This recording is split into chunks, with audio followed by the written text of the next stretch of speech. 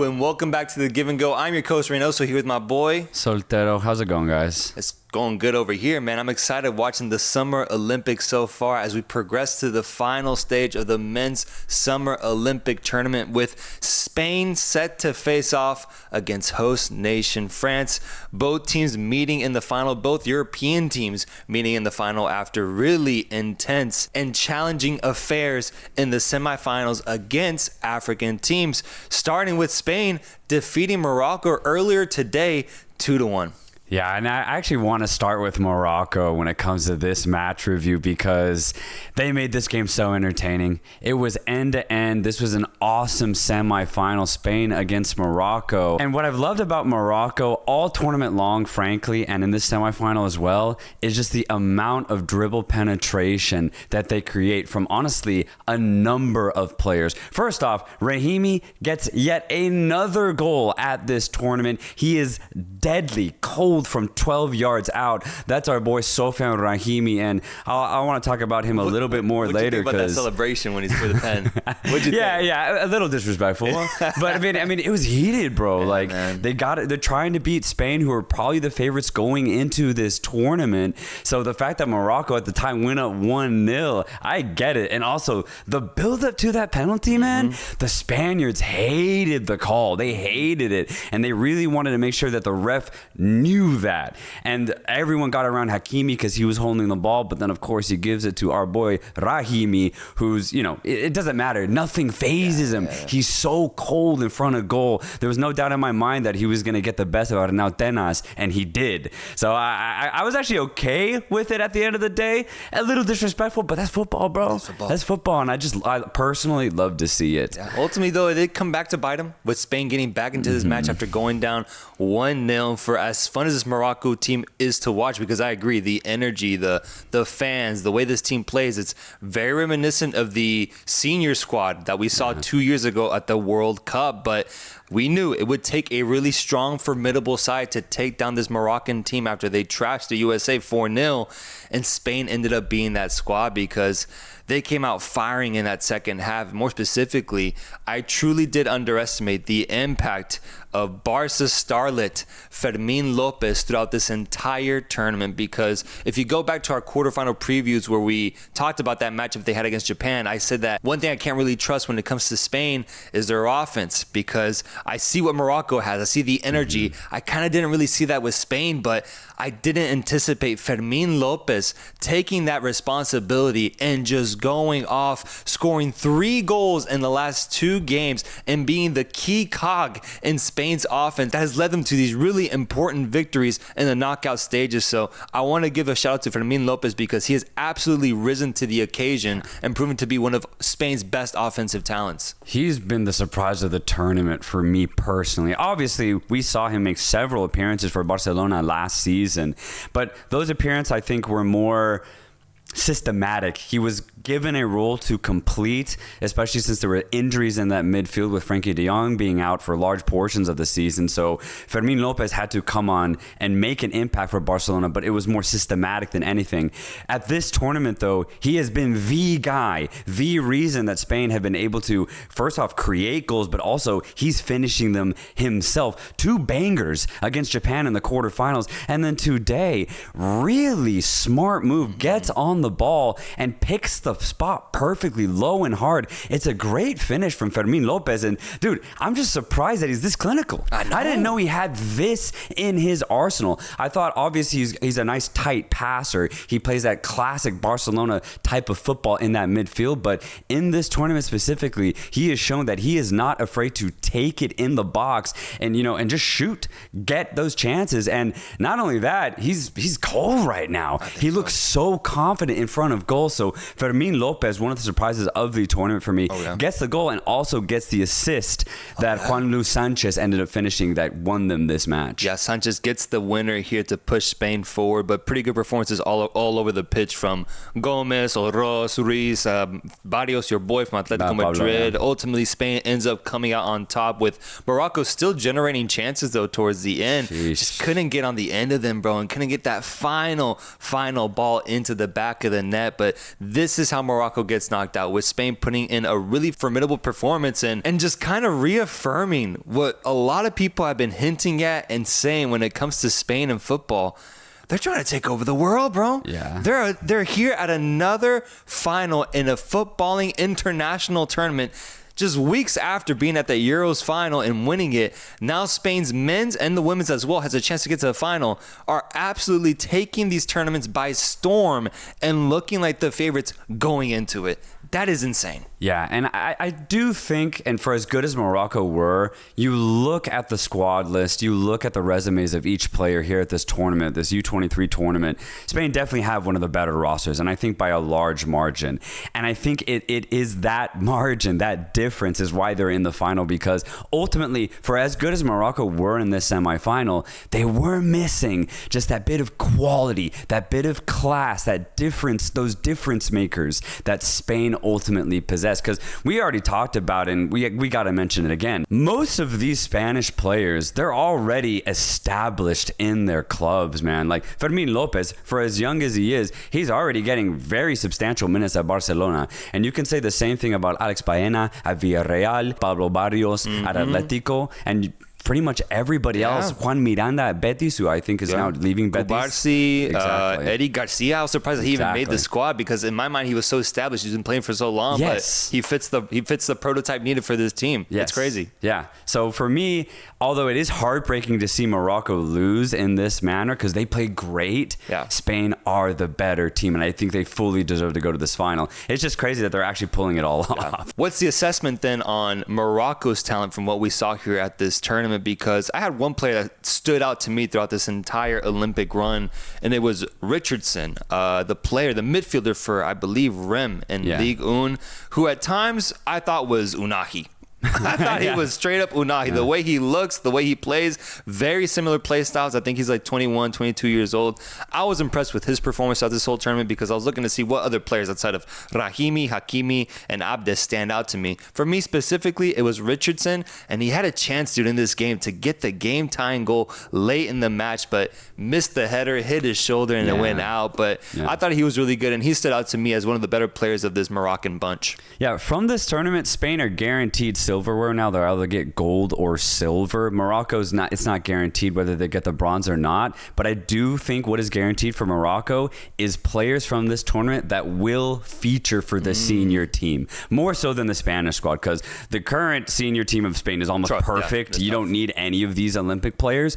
But for Morocco, man, I mean, Rahimi, he's got to be the starting striker for the senior Morocco team, at least for this next full year. Try him out in all the AFCON World Cup qualifiers in Africa, because I think he can make a serious impact for Morocco, not just this Moroccan Olympic team. But then also, Akhomash, I thought, was great on that right-hand side. I don't think he'd start over a player maybe like Ziyech, for example, but his combination play with Hakimi and Rahimi was fantastic. And I think he actually has room to improve. He seems to be a more creative type of wide player rather than a direct winger, and I really like those type of players. So I thought Akhomash stood out for me in this tournament. And also, Ez Alzouli, I think, established himself as one of the better wingers for Morocco, period. I thought he had a great tournament, and honestly, he was yards away from scoring two bangers in this game, and he has shown up in every single game prior to the semifinal as well. So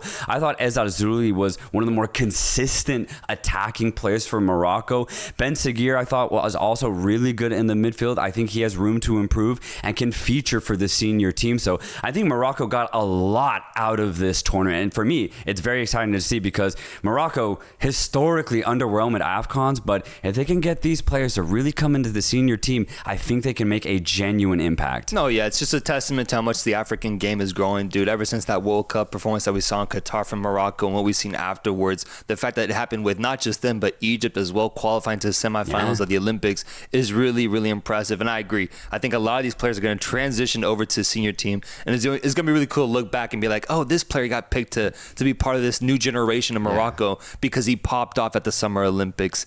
But now moving on to the next game, now that Spain solidified themselves as finalists, we had one more match between host nation France going up against Egypt. Egypt made it to the semifinal in this game after defeating Paraguay, and France made it through after a dramatic victory over Argentina. But the host nation faced some challenges along the way in this match. They won 3-1, but brother Egypt was close, dude. Yeah. Close to pulling off a historic result after they went up 1-0 through a goal from Savet in the 60th minute, but then afterwards in the 83rd minute, Mateta ties it, and once he scored that goal, once that momentum flipped, you basically knew it was over for Egypt. Yeah, I will say Egypt, I think, played the best game that they possibly could have against France in this semifinal. And I'm really glad they did, because this team was good enough to get to an Olympic final. They were so organized. I thought out of all the Olympic teams, they were, top two in identity. They had such a defined system. And it was good enough to go up 1-0 against France in this semifinal match in the second half. It was a brilliant take by Saber, actually. Create space in the box, blast it home, man. It was a fantastic finish, and it was so well deserved. Egypt were great at combining Zizou and Adel, that duo up top, man. One of the best at the Olympics in general. So Egypt played a perfect match, in my opinion. But that's the thing. This is France we're talking about. And even though Egypt went up 1-0, I looked at the clock and I was like, there's still 30 more minutes. 30, man. And 30. France were brewing something in that second half before they conceded. And I didn't think that they would stop. So I honestly thought that there's just no way Egypt were going to pull this off, even though they went up 1-0, because Olise, so elusive. And he started getting on the ball a lot more in that second half. And realistically, no defender has been able to really stop Olise at this tournament. And he was just as effective in this game. You have focal point Mateta in the box, and he was getting a lot of service. Loic Bade was hitting the post every other time there was a corner kick. He missed like a sitter header at another point. He should have had 2 goals in this game, honestly. Lacazette. So, He could have had 2 too. Oh my God. Yeah. Lacazette could have had a couple goals. So at the end of the day, Egypt played amazing. But the chances France kept creating, you just knew one was going to fall. And of course, who was it, man? Mateta. And you brought up a great point during this game. You were like, Mateta should have gone to the Euros. And I completely agree, bro. He would have been the perfect backup to Thuram. And since Thuram ended up having a poor tournament, I could have seen Mateta get the starting position later into the Euros. Yeah, I don't know, maybe his positional awareness. I don't know. Thuram just... for me, it's his body language. Doesn't seem as motivated. Doesn't seem as involved with the French national team. Whereas Mateta, what I've seen so far, man, he's so exciting. He's so fun to watch. And he was so well involved in this match, getting 2 goals, becoming the first European player to score a brace at the Olympics since like the 70s or something. Really? That's what the commentator said. Oh my God. A weird stat, bro. A really weird stat. But yeah. he's got that to his name now. Thankfully, he popped off. And then afterwards, Michael Olise put the finishing touches on the game to win 3-1. But, I mean, it was due. France was the better team going into this game. Yeah. They're the host nation. And just like Spain, the depth that they have is truly incredible. I think it's very fitting that ultimately it's the 2 deepest teams in this tournament that will meet each other in the final, because that really does go a long way when you're at this level of competition. But still, we had standouts for Egypt. For me specifically, I've known of him from seeing him at the AFCON, just seeing Egypt these past few years. But the responsibility that was given to him and how well he produced with that responsibility, Cecil, incredible tournament. Yeah, incredible, bro. Like, I honestly can't believe he's at Samalek, man. Like, he could be somewhere else, dude. He really could. I was looking at his numbers because I just did Reynoso Mountain. That video will be coming up tomorrow. And I've been looking at numbers, bro. And I've been looking at them from the Ballon d'Or perspective. This dude is putting up Ballon d'Or numbers in a weaker league, but he's putting them up, which is very interesting, because since 2019, these are the numbers he's put up. In 2019, 8 goals, 5 assists in a whole season. All right, pretty simple. 2020, 2021, 10 goals, 7 assists. He improves. 2021, 2022, 20 goals, 16 assists in 39 matches. Yeah. Popping off. Follows it up with 21 goals, 17 assists the following season. And then this last season, in only 33 games, 15 goals, 9 assists for Samalek. Dude, this guy is unreal. He was so involved for Egypt. He's so creative, and his engine, he does not get tired. And I think it's very representative of most Egyptian players. They are so tough to beat because of the grit and the ability they have. And we've seen it before in AFCON games where maybe they don't have the best team or the best collection of talent, but they have this energy, this grit, this belief that showcases itself. And it almost got them the victory today against the host nation. Shout out Zizou. Dude, shout out Zizou. Shout out the entire Egyptian team, because I completely agree. Zizou, first of all, man, baller. Straight ballers. Won African Champions Leagues with Zamalek. He's won several titles in Egypt with Zamalek. One of the biggest clubs in the world, honestly. And dude, you're right. I've always thought that Zizou could have probably played in mid-tier Europe or some sort of mid-table team in a big league. He has the talent. He has an insane engine. And for me, he also has one of the most ferocious right foots out there in all of world football. He can smack that ball, bro. So Zizou, dude, an absolute joy. But just in general, man, what really impressed me about Egypt, yes, they had their classic defensive organization that the senior team has, but what really impressed me was the combination play of the midfield and the two wingers of Zizou and Adel. It was really, really good. Like, they were able to build plays against any team that they faced. Through that, they were able to beat Spain in the group stage, and they took France into extra time. And honestly, if they didn't get that early red card, Fayed, who had a really bad end of this game, honestly, Egypt probably could have pushed this to penalties.